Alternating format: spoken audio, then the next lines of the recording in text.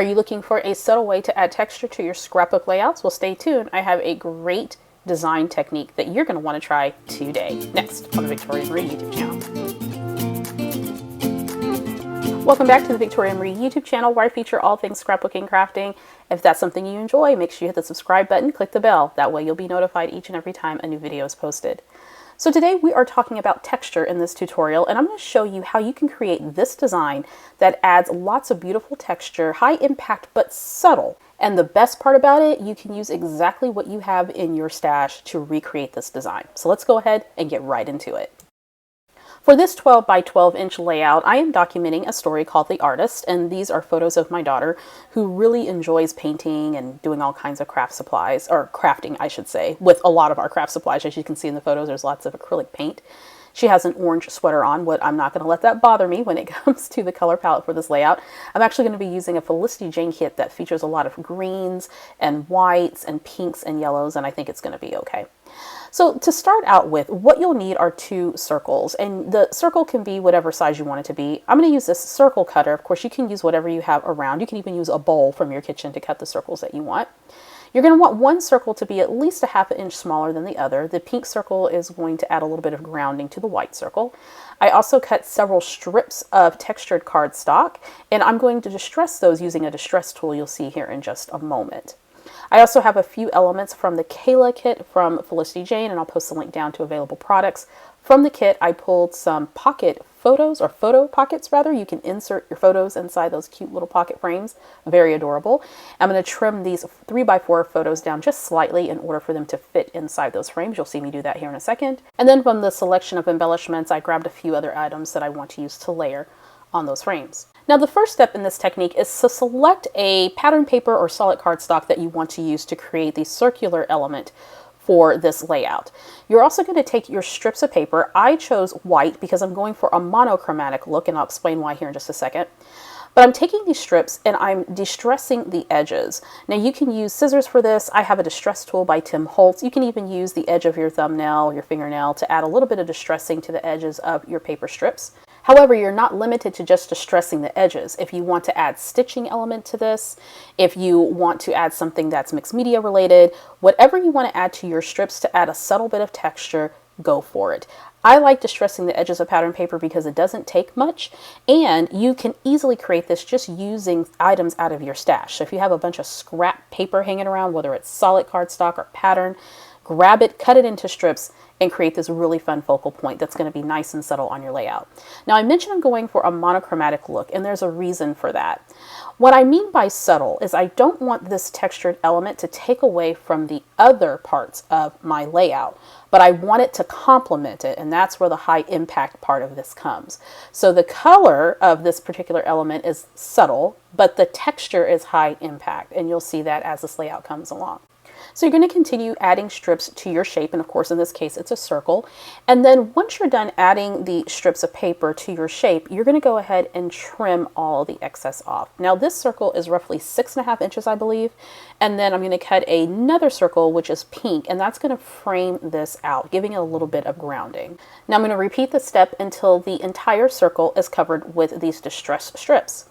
And this is what it looks like when it's all done. So it's subtle because it's monochromatic. The strips are white. All of the strips are white. Of course, you can alternate the colors if you want to. It's completely up to you.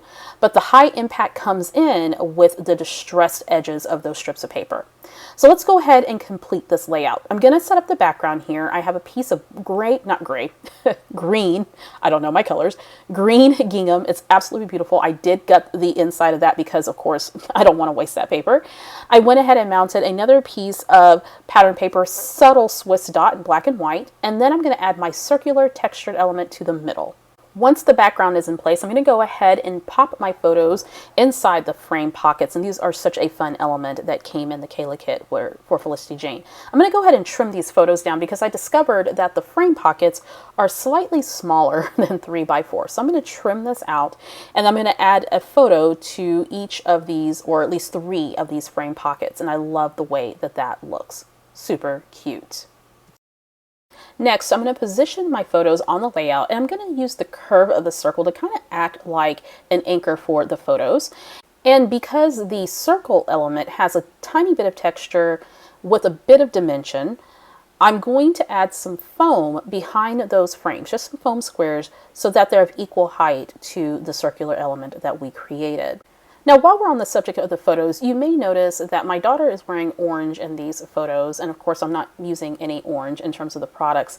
I'm kind of ignoring the fact that there's orange there, but it also helped to inform the paper selection for our textured element in the middle of the layout, because again, I didn't want anything taking away from the overall composition of the layout. So if I used any more colors or patterns versus going with a monochromatic look, I don't think I would have gotten such a high impact result otherwise. So I stuck with a monochromatic design so that I can account for the orange sweater that's in the photos. I didn't want anything else taking away from the photo. And in fact, the orange doesn't look bad at all. You don't really notice it all that much outside of the fact that, of course, it's bright, but it doesn't take away from anything else on the layout. Now that the photos are in place, it's time to embellish. I'm going to do a little bit of layering on this project. I have a nice little flower that's going to go there at the top by the top two photos, a label that says "Hello Sunshine." I'm also going to add a tab to the left-hand side of the bottom photo. Of course, if you've been following me for a while, that's not a surprise because I love using tabs on my layouts. In addition to that tab, I've got another flower as well as a plain label and a frame that came with the kit. And what I want to do with this frame is I want to add something to the back of it, something to ground a little bit. So in each Felicity Jane kit, there are 3x4 pocket cards. And 3x4 pocket cards are great in that you can cut them up and use them and take advantage of the smaller pattern. So I'm isolating the strip of pink, yellow, and green in this particular pocket card. And I'm going to use that to mount behind this floral frame. And this is going to be a part of the layering element for my bottom cluster. So once I have that done, I'm going to get all the elements in place. I decided that that blank label just wasn't going to work. It's just a little bit too big. So I'm going to move that aside and adhere the frame, popping that up with a little bit of foam so that's of equal height to the photo frame. And then, of course, I'm going to add that nice little floral die cut. Felicity Jane kits do come with quite a bit of floral elements, and they're beautiful to use. Now, I'm going to reach into my Felicity Jane Mega Kit. If you watched my YouTube lives, I guess it's been almost a year ago. I'm not even sure. I put together a Felicity Jane Mega Kit where I called together all of my leftover Felicity Jane kits, and I pull from this whenever I need additional elements to go with the new kits that I get in. So I grabbed some sticker fonts, some enamel dots, and some more die cuts to kind of add some finishing touches. Now I'm going to go ahead and add the title, which says The Artist, and I'm using two different Felicity Jane fonts. But notice I'm using the line from my distress strips to line up my title. So that's kind of working double duty for me. It's being functional and it's really beautiful. I'm going to go ahead and spell out The Artist and get all of that adhered down. I want to make sure, well, you actually don't see this on camera, but I did add a little bit extra adhesive behind those pieces, the letter pieces, so that they stuck to that distressed paper. And of course it's textured paper too, so I want to make sure that it stayed on.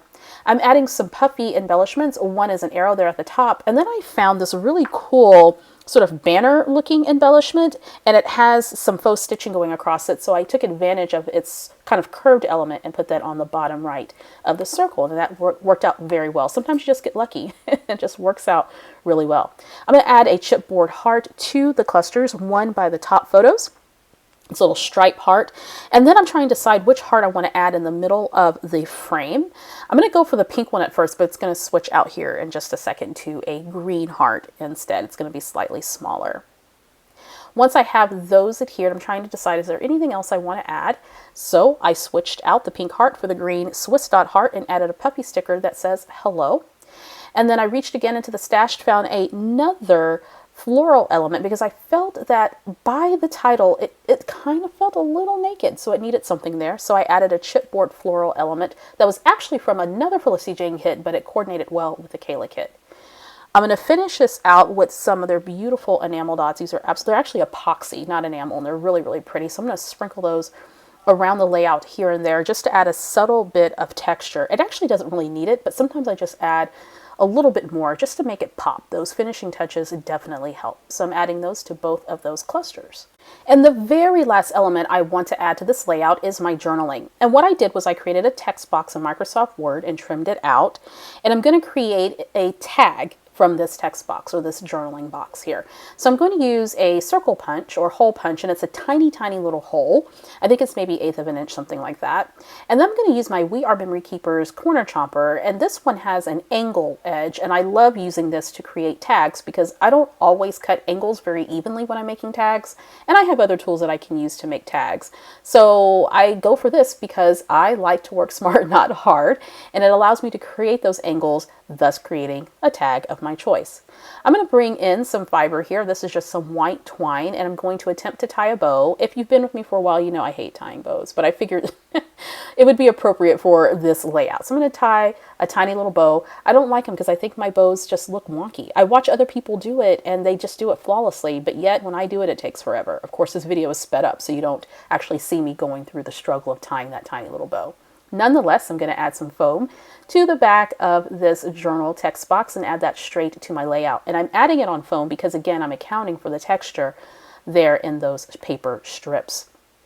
Once that's adhered, I'm going to trim the tails of the bow, and that is the layout complete. So now you know how to add some subtle texture. Using this technique, we simply use some cardstock, distressed some edges, created a nice focal point in the middle of the layout.